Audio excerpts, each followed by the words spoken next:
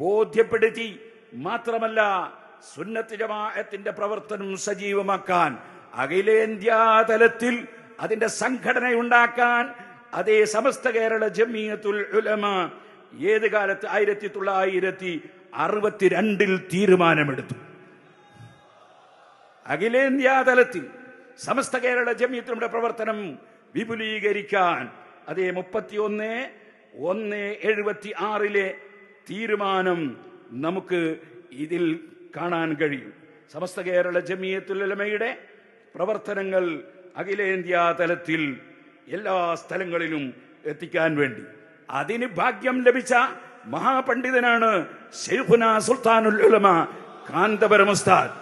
61 നമ്മുടെ ആലിമീങ്ങൾ ഇത് തീരുമാനിച്ചതാണ്.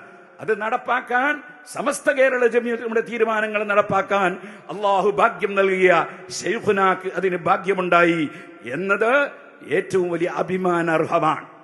ഇനി ഞാൻ പറയട്ടെ, കേരളത്തിന്റെ പുറത്തും ലോകമൊട്ടാകെയുമുള്ളത് അഹ്ലുസുന്നത്തി വൽ ജമാഅത്തിൽ വിശ്വസിക്കുന്ന മുഅ്മിനീങ്ങളാണ്. അവിടെ ഒരു സ്ഥലത്തും ഒരു സ്റ്റേറ്റിലും അതല്ല ലോകത്തൊരു സ്ഥലത്തും സുന്നത്ത് ജമാഅത്തിന്റെ പണ്ഡിതന്മാരില്ലാത്ത ഒരു ലോകം ഇല്ല.